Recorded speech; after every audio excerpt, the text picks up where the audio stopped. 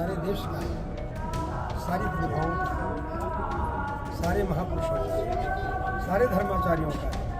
तो ही धर्माचार्यों का नहीं, सारे धर्माचार्यों का है, सारे महामंडलेश्वरों का है, तो ही महामंडलेश्वरों का नहीं है। तो पता नहीं कैसे इस्तीफा मांग रहे हैं, यही मैं नहीं समझ पा रहा हूँ। उन्हें तो पुरस्कृत करना चाहिए योगी जी को हमारे, कि इतनी जल्दी इतना सब व्यवस्थित हो गया कि हम डुबकी लगा सकें। अफवाह इसलिए नहीं, मुख्यमंत्री जी ने अपना कर्तव्य पूरा किया है। उन्होंने जो चल चुके थे स्नान करने के लिए, वो भयभीत होकर के कहीं लौट न जाएं, इसलिए वो लोग स्वाभाविक रूप में आए और स्नान करके गए। उनके अंदर इस तरह का भय नहीं था कि यहाँ कोई भगदड़ हो गई है, यहाँ कोई हम मरेंगे या कहेंगे, ऐसी स्थिति नहीं। उस भय को समाप्त किया मुख्यमंत्री। अब ये दुर्घटना बस विशिष्ट हो गया, उसका कोई नहीं। लेकिन जो साहित्य है, पावनत्व है, ये सब तीर्थ के जो धर्म है, वो तो उससे जुड़ेंगे ना, और जुड़ेंगे तो स्वाभाविक है सदगति होगी। नमस्कार, मैं तरुण और आप देख रहे हैं हिंदुस्तान। लगभग 1 महीने हो गए हैं हिंदुस्तान आपको कुंभ के अलग अलग रंग, कुंभ की महात्म से लगातार आपको परिचय करा रहा है। आज एक हम ऐसे ही संत से मिलने जा रहे हैं जिनकी ख्याति दुनिया भर में है, जिन्हें वेदांत का, जिन्हें धर्मशास्त्र का जानकार माना जाता है, जिनकी टिप्पणियाँ बहुत गंभीर कही जाती हैं। हमारे साथ आज बातचीत करने के लिए विद्या भास्कर जी महाराज हैं। महाराज जी, आपका बहुत बहुत स्वागत है हिंदुस्तान पर। बहुत सरल शब्दों में अगर हम समझना चाहें, कुंभ क्या है? घड़ा है, अमृत का घड़ा है, ये क्या है? क्या ये मेला है?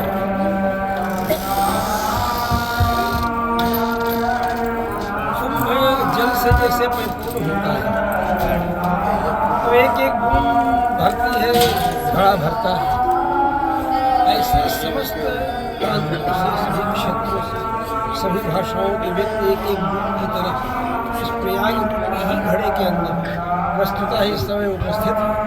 और पौराणिक आख्यान के आधार पर अमृत कुंभ जी के माध्यम से जब आया, जिन ग्रहों की जिस स्थिति में उन स्थलों पर रखा गया है, नासिक, हरिद्वार, प्रयाग, मृतिका,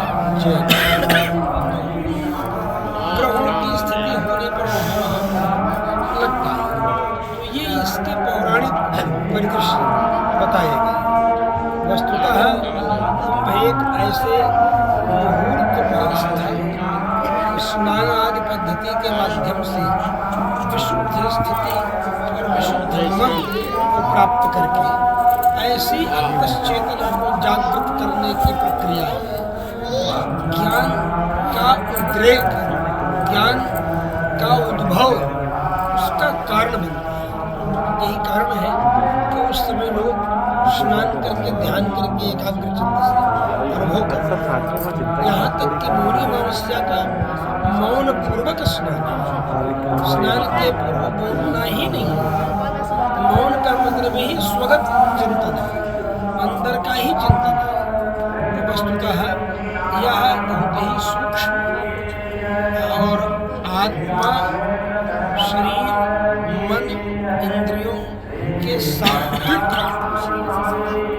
और सशक्त स्थिति को पहुंचाने का एक प्रयोग है। कुंभ किसके लिए है?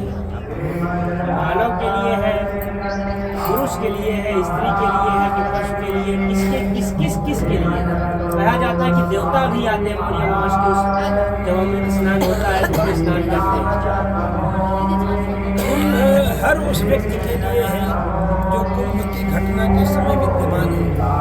हर उस व्यक्ति के लिए है जो कुंभ की घटना के समय स्पष्ट रूप से अपनी स्थिति में है। हर उस व्यक्ति के लिए, और यही कारण है कि हम कुंभ में अब विभिन्न क्षेत्रों में लोगों उपस्थित देखते हैं। वस्तुतः यह परस्पर सात्विक चिंतन करने वाले व्यक्ति जो परस्पर मिल करके समाज में एक सुगठित, सुव्यवस्थित और समेकित सभ्य समाज की स्थापना करने के लिए कार्य संपन्न करते हैं, ऐसे लोगों के लिए यह और एक विशेष समय प्राप्त है। महाराज जी, हमने यही सुना है कि आत्मा कोई लिंग नहीं होता, लेकिन कुंभ परिसर में लिंगों पर भी बहुत चिंतन किया जा रहा है कि किस लिंग के कौन से अखाड़े चल रहे हैं।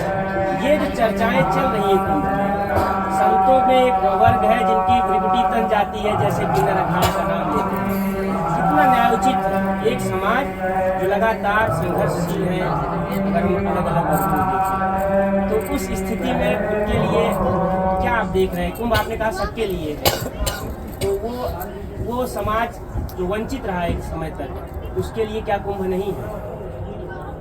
ऐसा है जो आपने कहा कि आत्मा का कोई लिंग नहीं है, ऐसा नहीं है जी आत्मा का लिंग है जी और आत्मा का पुल्लिंग है। शास्त्र में हमारे जहाँ आत्मा का लक्षण वर्णन करते हैं न्याय शास्त्र में, वहाँ कहते हैं ज्ञानाधिकरणम आत्मा सद्विधा। सह माने वह, दुविधा पुल्लिंग में उसका प्रयोग करते हैं। तो दो प्रकार का है, जीवात्मा परमात्मा चेती, जीवात्मा और परमात्मा के रूप। तत्रेश्वर सर्वज्ञ परमात्मा एक ही है, उसमें ईश्वर और सर्वज्ञ परमात्मा एक है। और जीवस्तु प्रति शरीर में भिन्न है, जीवात्मा जो है प्रत्येक शरीर में भिन्न भिन्न है, विभू व्यापक है और नित्यश्च माने नित्य है। तो इस तरह से स्वीकार कर, तो आत्मा का लिंग है, ये नहीं कह सकते कि लिंग नहीं। लेकिन हाँ, आपका प्रश्न जो है कि अभी अखाड़ों में क्या देखा जा रहा है, लिंग किन्नर अखाड़े को जिक्र करके बहुत कई लोगों की भृगुटी तन जा रही है यहाँ पर कुंभ परिसर में, कई तरीके के मैंने बयान आ रहे हैं। भृगुटी तनने की बात नहीं है। मैं कहते हैं देखिए, अखाड़ों की स्थापना क्यों हुई? ये अखाड़े स्थापित क्यों हुए? आखिर जो इस मुहूर्त में सशक्त होगा वही स्नान करेगा। ये नवाबों के द्वारा षड्यंत्र पूर्वक सन्यासी और वैष्णवों में जो प्रतिभाएं हैं वो आपस में ही लड़ करके समाप्त हो। यह नवाबों का षड्यंत्र था जो वयोवृद्ध संतों ने बताया। हमारे पूज्य वीतराग परमहंस विरक्त शिरोमणि स्वामी वामदेव जी महाराज जी ने स्वयं हमें इस घटना को बताया। स्वामी जी, ये तो नवाब कहते थे कि जो बलवान होगा वही स्नान करेगा, और इसमें सन्यासी और वैष्णवों के बड़े संघर्ष, बहुत बड़े बड़े संघर्ष। तो अब वो स्थिति ही समाप्त हो गई है। अब जब वह स्थिति ही समाप्त हो गई है तो आज ये स्थिति तो है नहीं कि हम इस मुहूर्त पर नहाएंगे तो सन्यासी जाकर के गोली चलाएंगे या वैष्णव गोली चलाएंगे। मार काट, लड़ाई झगड़ा, खदेड़ना भगाना, यहाँ तक कि कहते हैं कि सन्यासियों को त्र्यंबकेश्वर में जाकर के नासिक से बैठा दिया कि जो जाओ त्र्यंबकेश्वर में आप लगाओ, हम यहाँ लगाएंगे। बहुत सी घटनाएं हैं, बहुत सी हमारे रामचंद्र परमहंस जी दिगंबर अखाड़ा के स्वामी जी बताया करते थे, बहुत सी बातें बताया करते थे, पूरी घटना बताया जब भी चर्चाएं चलती थी। तो इसलिए वो परिवेश, वह स्थिति, वह संदर्भ वही नहीं रह गया है ना जिस स्थिति में इन अखाड़ों की स्थापना हुई थी। वो तो उसका तो षड्यंत्र था। अब जब आज ऐसी स्थिति नहीं है तो शास्त्रीय विधि से आचार्यों का स्नान होता है। सभी संप्रदायों के आचार्य शास्त्रीय विधि से जाएं, संकल्प लें, तीर्थ का पूजन करें। तीर्थ की विधि का पालन भी नहीं होता है। विधि ये है कि जो स्नान करने के लिए जा रहे हैं वे पहले तीर्थ का पूजन करें, तीर्थ की पहले सफाई करें। वहाँ साफ साफ स्पष्ट लिखा है, तीर्थम विशोध्य अपद्रव्यादिकम अपसार्य। तीर्थ का विशोधन करना चाहिए। अपद्रव्य इधर उधर जो है दतोन किया, कोई फेंका है, कोई पाउच फेंका है, मान लीजिए किसी चीज़ का, बाल कुछ भी किया, वो कुछ भी दिखता है तो पहले उसको आप हटाइए, हटा करके शुद्ध कीजिए। ये विधि है शास्त्र में। जहाँ भी तीर्थाभिषेक की विधि है वहाँ यहीं से विधि प्रारंभ होती है। अगर शास्त्रीय विधि से व्यक्ति स्नान करना प्रारंभ करे तो गंदगी नाम की चीज़ ही नहीं रह जाए, क्योंकि वो तो स्नान का एक अंग है ना। कि शास्त्र मैंने तटम परिशोध्य, तो तट का परिशोधन करेंगे तो वहाँ अपद्रव्य अपसारेंगे, अपद्रव्य को अपसरण करेंगे, हटाएंगे, तो वहाँ से उठा करके डस्टबिन में ले जा करके डालिए, मतलब उसको शुद्ध कीजिए। फिर बालुकामयम पिंडम समर्पित, बालू का एक पिंड बनाइए बड़ा सा और बालू का पिंड बनाकर समर्पित कीजिए। तीर्थ को, उसके बाद पूजन करिए, फिर पुष्पादि से तीर्थ का पूजन कीजिए, आवाहन कीजिए, अनुसंधान कीजिए। वो प्रत्यक्ष तीर्थ है तो वहाँ आवाहन क्या है, उनके स्वरूप का ध्यान करना है। गंगाष्टक का पाठ किया है, संगम का सिता सिते सरते संगते तत्राप्रदासो देव मुक्तंते तत्र तन्नम विसजन्ते धीरा तेजनासो अमृतत्वं घलते, वेद का जो मंत्र है, मतलब इसका चिंतन करना है। फिर उसके बाद स्नान करना, षटकोण करके, षटकोण लग करके और अग्नि का बीज मंत्र लग करके ही डुबकी लगाना है। और अग्निरापहाद्भ्य पृथ्वी, अग्नि से ही जल की उत्पत्ति है, जल से पृथ्वी की उत्पत्ति है, इसलिए अग्नि का ही बीज मंत्र जल के ऊपर षटकोण बना करके लिखा जाता है। वही अग्नि का ही बीज मंत्र भगवान राम के मंत्र राज में षडक्षर मंत्र का जो है वही अग्नि का ही बीज मंत्र है। वही अग्नि का मूल सूर्य है, उसी सूर्य वंश में भगवान राम है, तो ये सब इंटरकनेक्टेड है। महाराज जी, मैं फिर मूल प्रश्न में आता हूँ कि किन्नर अखाड़े को लेकर या किन्नर समाज को लेकर भृगुटी तन्ना संत समाज के एक वर्ग में कितना न्यायोचित है? क्या वो इस समाज का हिस्सा नहीं है? आप हमारे मुंह में उंगली डाल करके कुछ कहवाना चाह रहे हैं लेकिन मैं केवल यही कहूँगा कि ये इन्नर किन्नर जो है, यह देव धनुज किन्नर नर श्रेणी सादर मध्य सकल त्रिवेणी, ये किन्नर किन्नरी पुरुष स्त्री संततियों का वर्णन है। उनका यक्ष गंधर्व किन्नराह, इनका वर्णन शास्त्रों में किया गया है। उपदेवताओं के अंतर्गत ये आते हैं। और ये जो हैं ये तो षंड हैं, इनको षंड कहते हैं, क्लीब कहते हैं, नपुंसक कहते हैं। इनको इस संज्ञा से शब्द अभिहित किया गया है, इसलिए ये शब्द ही नहीं है। अब इसको कहें कि अर्धनारीश्वर है, अर्धनारीश्वर का क्या मतलब होता है? अर्धनारीश्वर की जो हमारे शास्त्रीय संज्ञान में अनुसंधान किया गया है, वो अर्धनारीश्वर का शिव शक्ति में स्वरूप का चिंतन किया गया है। ये थोड़ो है कि हाँ जो कुछ भी नहीं है वो अर्धनारीश्वर हो गया है, जो नर है न नारी है वो अर्धनारीश्वर हो गया है। जब वो नरे नहीं है, नारिये नहीं है, तो अर्धनारीश्वर कहाँ से है? सीधी सी बात है। तो इसलिए ये सब केवल शॉर्टकट, समझिए, ये शॉर्टकट मतलब क्या है? शॉर्टकट मैंने दोनों तरफ से शॉर्टकट। ये बनने वालों की तरफ से भी शॉर्टकट है, बनाने वालों की तरफ से भी शॉर्टकट है। उनका इंटरव्यू किया था डॉक्टर लक्ष्मी नारायण त्रिपाठी का, तो उन्होंने कहा कि हम तो समाज को एकजुट कर रहे हैं, बहुत धर्मांतरण हो रहा था इस वर्ग का अन्य धर्मों में, जिसकी वजह से हम तो एकजुट कर रहे हैं और हमें सबकी सराहना करनी चाहिए। इसके बजाय सब लोग हमारे देखिए अवहेलना कर रहे हैं और हमारी आलोचना कर रहे हैं। उनका अपना दर्द है। नहीं, उनकी ऐसी आलोचना कोई नहीं करेगा। धर्मांतरण यदि रोका जाता है तो कोई भी आलोचना नहीं करेगा, सब उसका स्वागत करेंगे। भाई यदि धर्मांतरण रुकता है, यदि कोई भी गलत चीज समाज में होने से रुकती है, तब तो हर व्यक्ति उसका सपोर्ट करेगा, समर्थन करेगा। महाराज जी, इस बार कुंभ कई अन्य चर्चाओं के लिए भी प्रचलित हुआ, क्योंकि एक तरह से संतों में इसको लेकर नाराजगी है कि साहित्य के लिए चर्चा नहीं हो रही है, संत समागम के लिए चर्चा नहीं हो रही है, चर्चा वायरल के लिए है। इस पर क्या कहना चाहेंगे समाज, क्योंकि आप जैसे लोगों को सुनना चाहता है? साहित्य के लिए भी चर्चा हो रही है, शास्त्र की भी चर्चा हो रही है। इसी समाज में कल ही शास्त्रीय चर्चा होगी, शास्त्रीय विषय आएंगे। शिविर यहाँ से कहाँ है पता नहीं, कार्ड में नारायण कहाँ है कार्ड, वो संस्कृत वाला। कल गोविंदाचार्य जी के पुण्य, गोविंदाचार्य जी जो दिल्ली वाले, हाँ गोविंद अधिकारी, तो शास्त्र चर्चा है और एक दिन शास्त्र चर्चा और हो चुकी, और 27 तारीख को भी यहाँ पर शास्त्र चर्चा हुई। विद्वान लोग जुटे, बड़े बड़े विद्वान लोग आए, काशी विश्वविद्यालय से भी आए, बीएचयू जिसको आप कहते हैं, संपूर्ण संस्कृत विद्यालय से भी आज भी आए। दिन ही प्रायः आ जाते हैं। आज भी आप सिद्धांत निराश ग्रंथ का जो है लोकार्पण हुआ दैवी संपद मंडल के मंच पर।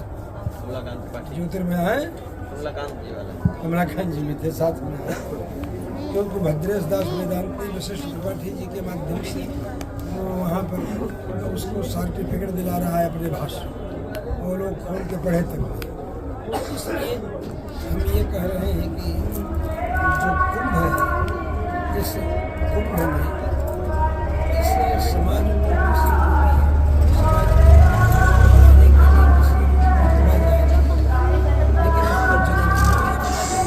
किया जाए, ये कोई परंपरा क्रमशः होना चाहिए, ग्रेजुअली ना उसे होना चाहिए। पहले एक कहावत थी कि 12 साल में है साधु की टोली, तब सीखे एक बोली, चिदमिया को कहे बंधु। पुरानी बातें ऐसे। साधु शाहीपना जो है वो बहुत कम हो गया है और थोड़ा दूसरा स्वरूप जो है थोड़ा ज़्यादा हावी हो गया है। फर्क इतना ही हुआ है क्योंकि अब डिजिटल कुंभ हुआ है, तो डिजिटल के कारण डिजिटलाइज जो भी समझिए। सरकार को सिर्फ अच्छे कि हमने UPI को बल दिया है और गूगल नेविगेटर के तौर पर किया है, लेकिन प्रस्तुत डिजिटल में वारंटी की तरफ ज़्यादा जा रहा है। आपने कहा एक दूसरा, आप बोल नहीं रहे, वो दूसरा क्या कहना चाह रहे हैं? जो साधुशाही दूसरा जो प्रभावित हुई, क्या है वो दूसरा जिससे बचना चाहिए? साधुशाही जो शॉर्टकट से बचना चाहिए, व्यक्ति शॉर्टकट से बचना चाहिए। मैं बोल रहा हूँ शॉर्टकट दोनों तरफ से हो रहा है। शॉर्टकट इधर से भी नहीं होना चाहिए, शॉर्टकट उधर से भी नहीं होना चाहिए, समझे? हाँ, दो ही व्यक्ति का सारा कुंभ हो जाए ये भी नहीं होना चाहिए। सारा कुंभ सारे देश का है, सारी प्रभाओं का, सारे महापुरुषों का, सारे धर्माचार्यों का है। दो ही धर्माचार्यों का नहीं, सारे धर्माचार्यों का है, सारे महामंडलेश्वरों का है, दो ही महामंडलेश्वरों का नहीं है, सारे सबका है। मेरे कहने का मतलब आप कुंभ करेंगे तो कब सफल होंगे? जब समेकित रूप में रहेंगे, जब समुदित रूप में नहीं। अपने घर में तो हम अपना कर ही लेंगे, यही करना है। यहाँ तो समुदित रूप में, सामूहिक रूप में, समेकित रूप में है, तभी तो मेला है ये, तभी तो कुंभ है। महाराज जी, मौनी अमावस्या की जो घटना हुई थी उसमें संत समाज के दो स्वर सुनाई पड़ रहे हैं। एक स्वर कह रहा है कि घटना बहुत परेशान करने वाली थी, भगदड़ जो हुई थी, और उसमें सरकार को पूर्णतः दोष दे देना एक तरह से न्यायोचित नहीं होगा।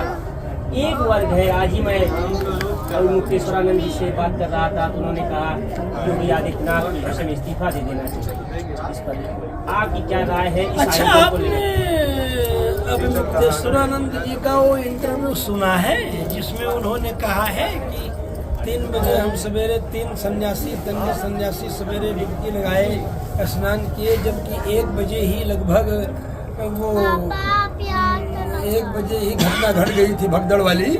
1 बजे रात्रि में ही घटना हो गई और 3 बजे वो डुबकी भी लगा लिए। नहीं, उन्होंने दूसरा कहा, उनका 4 बजे हम जगे और क्योंकि हमारी व्यवस्था में आए हुए लोग थे, हमने उन दोनों अन्य शंकराचार्यों को सूचना भिजवाया कि ऐसी ऐसी घटना आ रही है, हमारे सहयोगी ने दिखाई, और फिर हम ये मौन धारण किए हुए थे।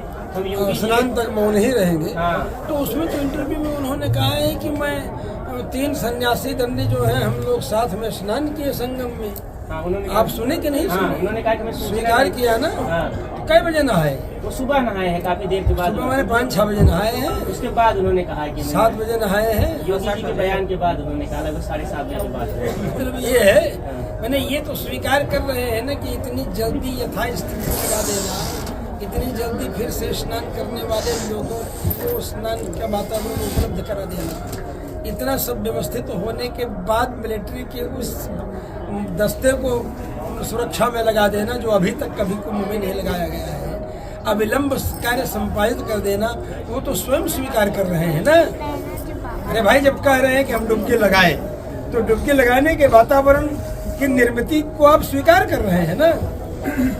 ये तो सोचने की बात है। अब तो पता नहीं कैसे इस्तीफा मांग रहे हैं, यही मैं नहीं समझ पा रहा हूँ। उन्हें तो पुरस्कृत करना चाहिए योगी जी को हमारे, कि इतनी जल्दी इतना सब व्यवस्थित हो गया कि हम डुबकी लगा सकें। उन्होंने कहा कि अफवाह, बार बार मुख्यमंत्री अफवाह का जिक्र कर रहे थे। अफवाह इसलिए नहीं, मुख्यमंत्री जी ने अपना कर्तव्य पूरा किया है। उन्होंने जो चल चुके थे स्नान करने के लिए वो भयभीत होकर के कहीं लौट न जाएं, इसलिए वो लोग स्वाभाविक रूप में आए और स्नान करके गए। उनके अंदर इस तरह का भय नहीं था कि यहाँ कोई भगदड़ हो गई है, यहाँ कोई हम मरेंगे या कहेंगे, ऐसी स्थिति नहीं। उस भय को समाप्त किया मुख्यमंत्री जी ने, उतनी देर तक गंभीरता पूर्वक उसको क्या कहते हैं, न प्रकट की। मूल कारण यही था कि लोग फिर घबरा करके लौट जाते हैं ना, नहीं आते। तो इसके पाप के भागी भी तो मुख्यमंत्री जी बनते, तो चूंकि वो पीठाधीश्वर है ना, तो स्वतंत्र मुख्यमंत्री होते तो नहीं भी कर सकते थे, लेकिन चूंकि वो पीठाधीश्वर भी हैं, धर्माचार्य भी हैं, इसलिए वो अच्छी तरह समझते हैं, इसलिए उन्होंने ऐसा किया। गोपनीय ढंग से रखा कि लोग घबरा करके ऐसा न हो कि लौट जाए। और सब आए और स्नान किए, स्वाभाविक रूप से स्नान किए। शाम को 4 बजे तक स्नान करते रहे, 5 बजे तक डुबकी लगाते रहे। मेरे दो आखिरी सवाल ये है कि धीरेन्द्र शास्त्री जी ने कहा कि यहाँ जो लोग उस भगदड़ में जिनका देहांत हुआ, दुखद देहांत हुआ, तो मोक्ष की प्राप्ति के चले गए। इस तरह के इस बयान को आप जैसे लोग जिन्हें धर्म, वेदांत, ज्ञान ज्ञाता कहा जाता है, किस तरह से देखते हैं?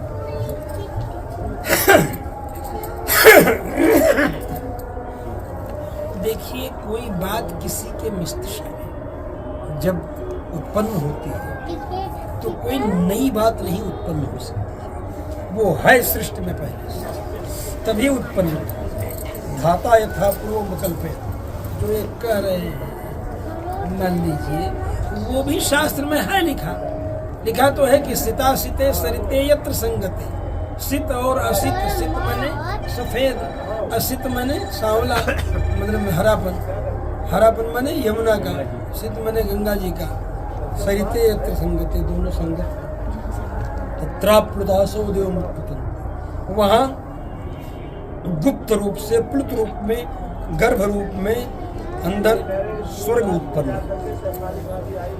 तत्र ये तन्नुम विसर्जन्ति धीरा, भगवान वेद कहते हैं कि वहाँ जो अपने शरीर का विसर्जन कर देते ते जनासो अमृतत्व में अमृत को प्राप्त हो, तो वो विसर्जन कर देना, एक स्वतः जल समाधि ले लेना या किसी रूप में विसर्जन करना, वो भिन्न भिन्न रूप में। अब ये दुर्घटनावश विसृष्ट हो गया, उसका कोई नहीं, लेकिन जो साहित्य है, पावनत्व है, ये सब तीर्थ के जो धर्म है, वो तो उससे जुड़ेंगे ना, और जुड़ेंगे तो स्वाभाविक एक सदगति होगी। जहाँ तक कि सेठ जी कर्मकांड कराने के लिए गए हुए थे और उस पार थे, इस पार हो रहा था, पिंडदान वगैरह हो रहा था, और उनका लड़का जो है 5 स्टार होटल में ही था, वो आया नहीं सेठ जी। उसके बाद फिर सेठ जी के पंडित जी गए लोटा वोटा लेकर के फ्रेश होने के लिए, तो वहाँ भूतों का जश्न मनाया जा रहा था। तो बोले क्या है, बोले कि कल भूतराज यहाँ के जो भूतों का राजा है, उसकी बेटी की शादी हुई, छोड़ा उसकी शादी हुई, तो बड़ा उत्सव, बोले किससे शादी होगी, बोले कि होगी, एक बहुत बड़ा सेठ आया है, उसका लड़का, वो उसको साड़ मार देगा जान से, और साड़ मार देगा तो फिर अकाल मृत्यु होने से प्रेत बनेगा, उसी से शादी। अब वो कुछ नहीं, तो अब सोचा पंडित, अब आज पंडित जी जो है बहुत जोर दिए सेठ के लड़के को ले चलने के लिए, चलो चलो घाट पर चलो, ले आए किसी तरह। अब संयोग देखो, उधर से एक सांड आ रहा था और जमीन खोदते हुए आ रहा था, उसी सींग से मार दिया, सेठ का लड़का मर गया। अब पंडित जी शाम को फिर फ्रेश होने के लिए लोटा लेकर के जल्दी गए कि वहाँ तो शादी हो रही होगी, सेठ का लड़का प्रेत बना होगा और इससे शादी हो रही होगी। वहाँ जा करके वहाँ शादी के लिए पंडित जी वहाँ रो रहे थे लोग। बोले क्यों रो रहे हो भाई? बोले वो नहीं, शादी नहीं हो पाई। बोले क्यों? बोले वो प्रेत नहीं बना। बोले प्रेत क्यों नहीं बना?